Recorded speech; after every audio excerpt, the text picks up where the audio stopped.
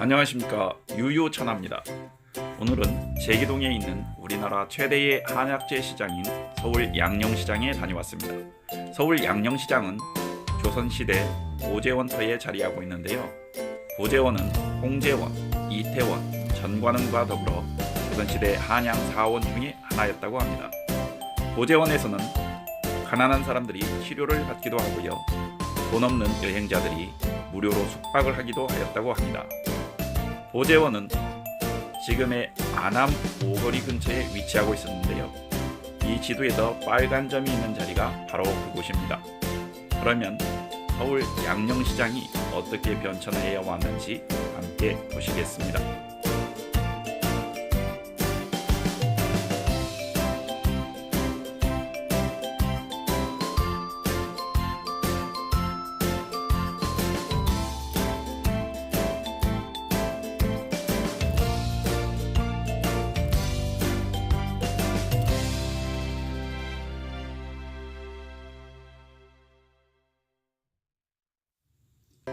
경동시장에 가시는 방법은 승용차를 이용하실 경우 내비에서 경동시장이라고 찍고 가시면 됩니다. 하지만 대중교통을 이용하실 거라면 지하철을 이용하시는 게 편한데요. 지하철 1호선 제기동역에서 내리셔서 2번 출구로 나가시면 됩니다. 나가시면 바로 왼편으로 서울 양령시라는 간판이 커다랗게 보입니다. 그리고 노점들이 많이 자리하고 있는데요. 이 좌판에서는 여러가지 물건들을 판매하고 있습니다. 이곳은 배로 만든 죽 공예품을 판매하고 있는 곳이네요. 여기 산마도 보이고요, 사약이라고도 하죠. 이걸 쪄먹으면 굉장히 맛있습니다. 해물목, 덕국, 위리, 목국, 잡곡을 파는 곳이네요. 이곳은 한약재를 판매하고 있는 곳인데요. 황기도 보입니다. 네, 황기는 닭에다 넣어서 삶아 먹으면 맛도 괜찮고 기력 회복에도 좋다고 합니다. 여러가지 가루로 된 제품을 판매하고 있는 곳도 보이고요. 이곳은 산수유, 헛개 열매. 네, 헛개 열매는 요즘에 간에 좋다라고 해서 많은 분들이 드시고 계십니다. 왼편으로 또 일주문이 보이고요. 서울 양령시라고 쓰여 있습니다. 일주문을 통해서 안으로 들어가고 있습니다. 안으로 들어가면 한약과 관련된 많은 가게들이 보이는데요. 건재약업사, 한약재를 파는 곳입니다. 재분소, 설렁탕, 설렁탕은 한약은 아니죠. 네, 한약방, 한약재를 역시 파는 곳입니다. 그리고 가게 앞에는 이렇게 약재를 내놓고 판매하고 있는데요. 도라지입니다. 이것은 차가버섯이고요, 러시아산이네요. 상황버섯, 맹감뿌리, 찍뿌리, 갈근이라고도 하죠. 두충, 동굴레, 벌나무도 보입니다. 벌나무는 산청목이라고도 하는데 간에 좋다고 해서 많은 분들이 드십니다. 약콩, 복숭아씨, 도인이라고도 하죠. 황기도 보이고요. 황기는 많은 곳에 있습니다. 그리고 이곳엔 보재원 유업이가 있습니다. 보재원 터라는 의미에서 세운 것인데 정확히는 보재원 터는 이곳은 아니고요, 지금의 안암 오거리라고 합니다. 그러니 이곳은 보재원 근처였다라고 하는 게 맞겠습니다. 보재원의 모습은 이런 모습이었다고 합니다. 철저하게 고증을 거쳐서 재현한 거라고 하니 믿어봐야겠습니다. 계속해서 경동시장의 상가들을 살펴보겠습니다. 한약과 관련된 많은 상가들이 보이는데요.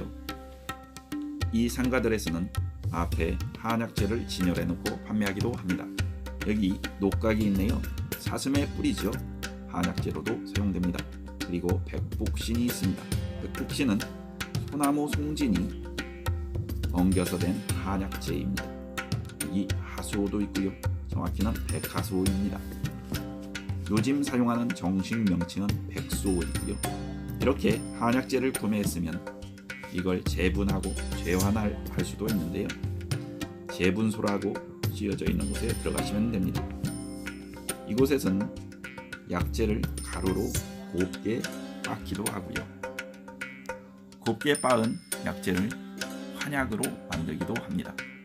요즘에는 기술이 발달해서 이렇게 제환기, 한 방에 나오는 제환기가 있다고 합니다. 신기합니다.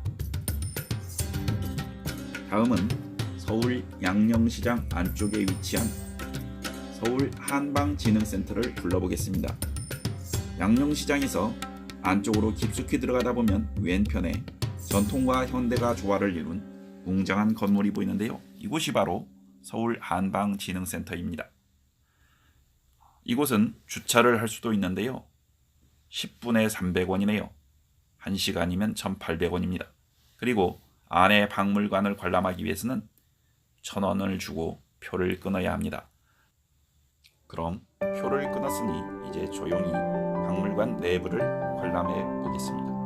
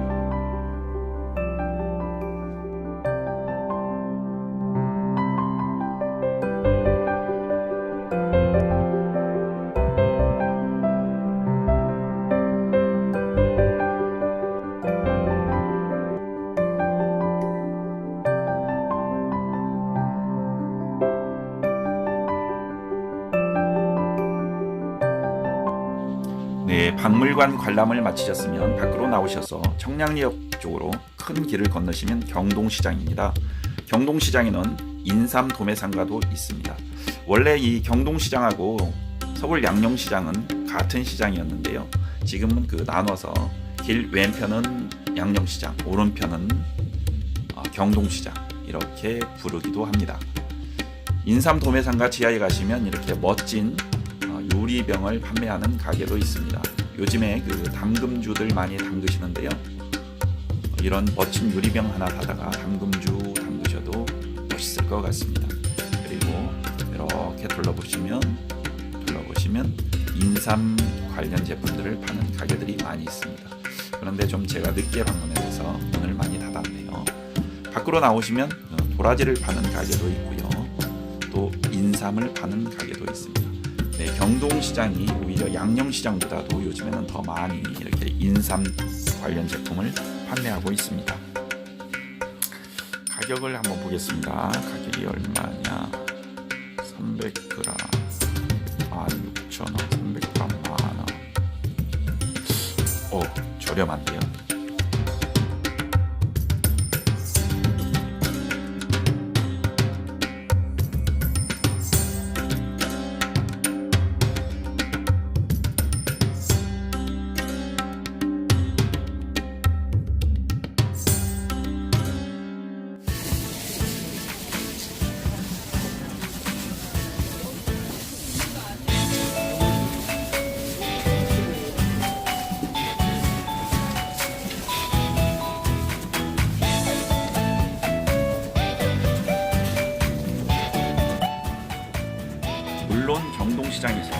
인삼만을 판매하고 있는 것은 아닙니다.